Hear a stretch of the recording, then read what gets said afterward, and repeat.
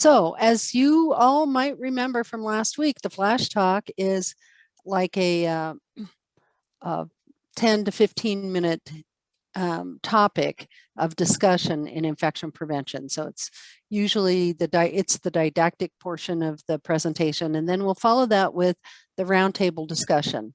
Unfortunately, we didn't get any case submitted from our participants this week, but we have one that we are carrying over from New Mexico that we'll be talking about today. And then Cynthia will do the quality improvement section of the presentation, and she will continue to use the theme of the case presentation through her presentation as well.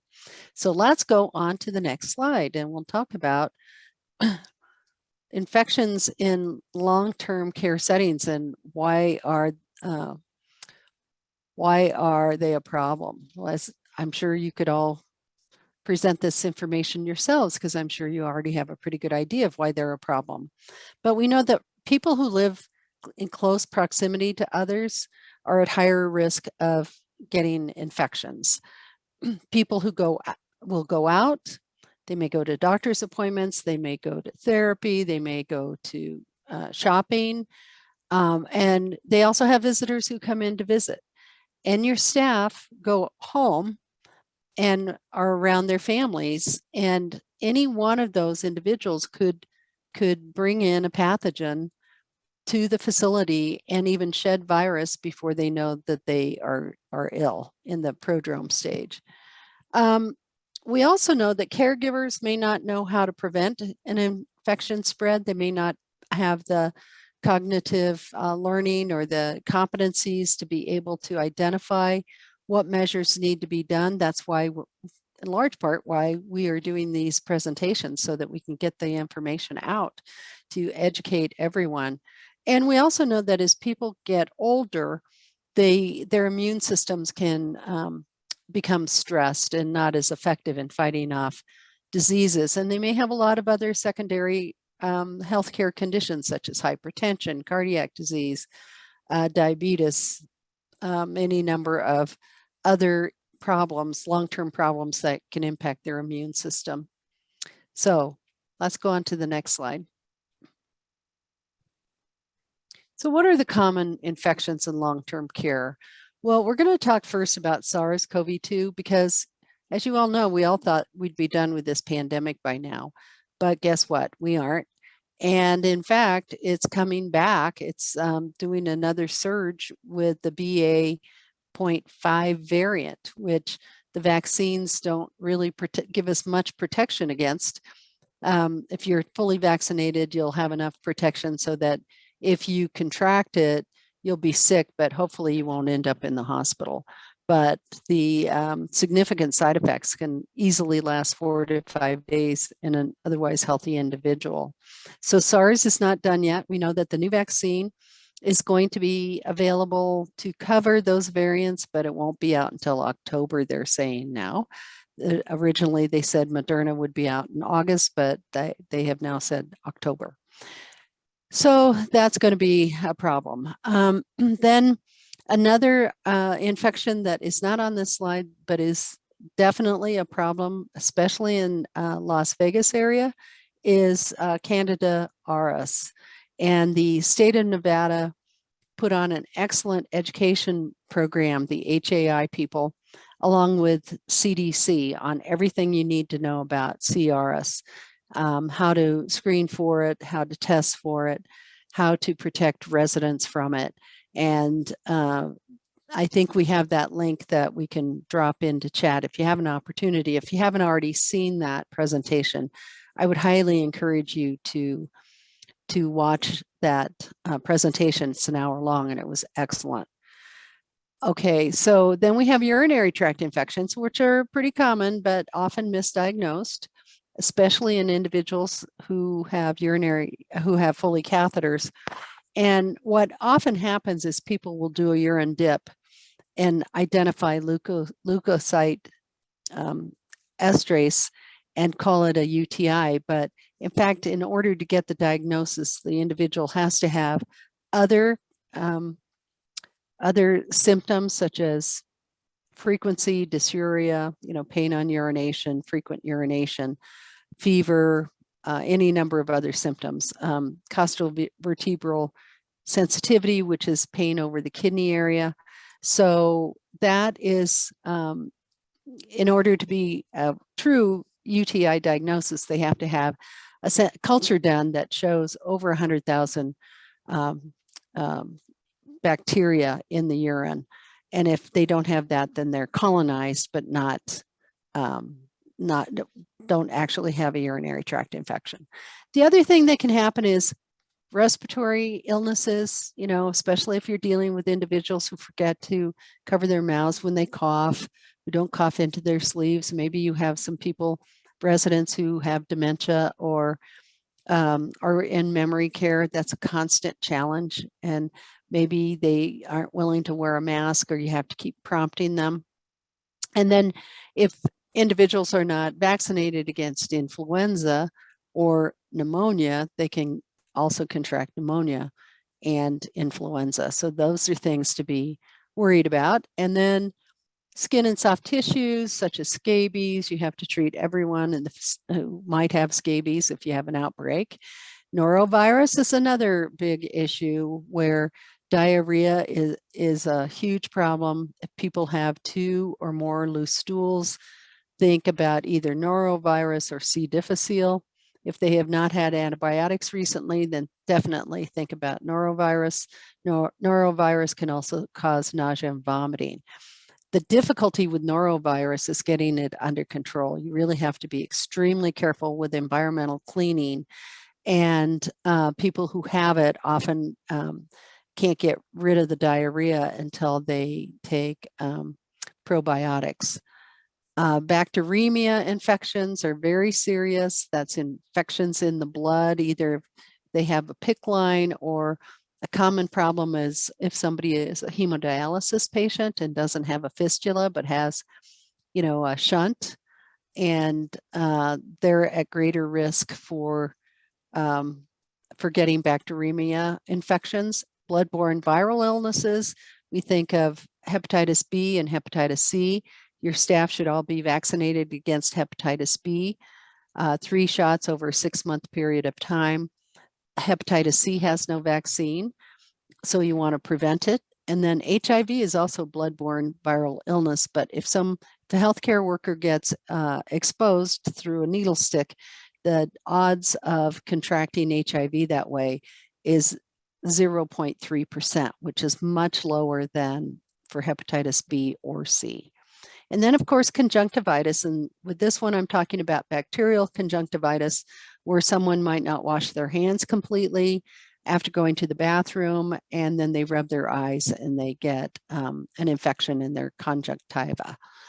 The viral conjunctivitis, you really don't do anything about. That can happen with a cold or viral infection or allergies. People will have problems with that. Let's go to the next slide.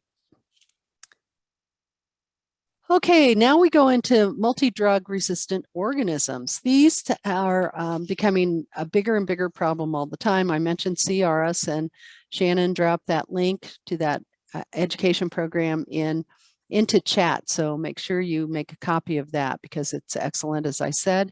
So what are multi-drug resistant organisms? Well, they're organisms, microorganisms that are pathogens that are primarily bacteria, and they can cause infection. They come about because of indiscriminate use of antibiotics. And many healthcare providers are guilty of this. A patient will come into their office and say, oh, I have this horrible sore throat and a runny nose, and they'll give them a prescription for antibiotics when in fact it's a viral infection and they have no business taking antibiotics. But now I think providers, because MDROs are becoming such a big issue, I think providers are doing a better job of educating patients that if you are sick and I think it's viral, don't ask for antibiotics.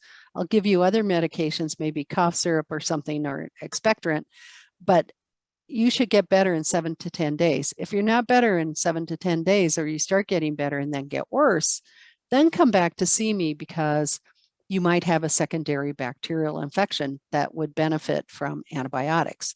If someone is given antibiotics for a bacterial infection, they must continue to take it to the end till all the pills are gone. And how many of us have been given antibiotics for 10 days and at day 8 we feel pretty good and then we stop taking them because it's Keflex and you have to take it 4 times a day. That's why providers really should give antibiotics that are can be given over a shorter course of time and fewer times a day to get compliance from patients. Okay, and then here in the photos you see vancomycin resistant enterococci bacteria, and this can be a real problem in conjugate living environments where if somebody comes from the hospital who has this, make sure you contact your public health department, the HAI division, specifically to ask about, do you need to isolate them? What kind of isolation precautions do you need to put in place? So they're your helpers in figuring all of that out based on the patient or the resident situation. So methicillin resistant Staph aureus has been around for quite a while now, and we know it's a problem. You can get it from a hospital acquired MRSA, or you can get it from the community. And we know there are a lot of teenagers who had that spider bite, and it was, when cultured, they find out it's MRSA, and they picked it up in their sports activities in the gym, or people who go to a gym and use the supplied towels. Often that's the way that they get MRSA as well. So anytime you see something that looks like a spider bite, be suspicious for MRSA. Let's go on to the next slide. Okay, prevention 101. This is key. We need to prevent the infections from getting into the facilities, and if you identify that there is infection, we have to make sure we stop it, mitigate the spread. So hand hygiene, number one importance. We've been studying hand hygiene and trying to encourage people to do hand hygiene correctly for more than 10 years, more like 15 or 20 years, and we still don't do it right. People forget, or they wash their hands, but they don't do it long enough, or they use soap and water when they really should be using alcohol-based hand rub. The hand hygiene done with soap and water must be done in the presence of C. difficile, and also if there's visible soiling on the hands. Otherwise, you can use alcohol-based hand hygiene products that, as long as they're 60% alcohol or higher, they continue to work on the hands. So they actually have been found to be more effective than soap and water. And then we know PPE. We've all learned probably more about PPE since the start of the pandemic than we ever thought we should have to know. But you not only have to wear it, you also have to wear it correctly and wear the right pieces, the correct pieces of PPE to protect your residents and the staff. So given whatever the infection might be, that will determine which PPE is required. Environmental cleaning is a huge issue. Disinfecting and monitoring. Make sure you use products that are approved by the EPA that kill the organisms you want them to kill. And environmental cleaning and disinfecting, this is all considered low-level disinfection. And low-level disinfection consists of things like blood pressure cuffs, surfaces, high-touch surfaces. High-touch surfaces need to be cleaned frequently, more than just once a day by the housekeeping or EVS staff. So let me ask you a question. Which do you think is a higher risk of infection from frequent touching, the overbed table or the blinds on the window? Which do you think needs to be cleaned more often? You can come off and tell me, or do the over the bed table? Yes, you're absolutely correct. And the things that are even worse or touched more than that, high touch areas, are side rails. If you have side rails, And the TV remote, the nurse call light, anything that your resident is touching on a frequent basis is a problem and needs to be cleaned frequently. So the rule of thumb now is if you touch it, disinfect it. So if you're the last one who touches the overbed table, make sure you wipe it off with whatever cleaning product you're using in your facility.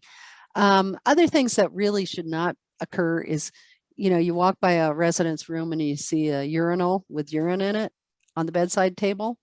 That's really not a good practice. Make sure that those are emptied and put in a labeled and then put in the bathroom or someplace where it's not on the overbed table that needs to be cleaned frequently. And then we already talked about antibiotics and not overprescribing those. And so if you think somebody has a urinary tract infection, try not to contact the provider and say, I think this person needs antibiotics, because maybe it's not a urinary tract infection. And maybe it's dehydration instead in these hot days, and maybe they just need to be hydrated. Okay, so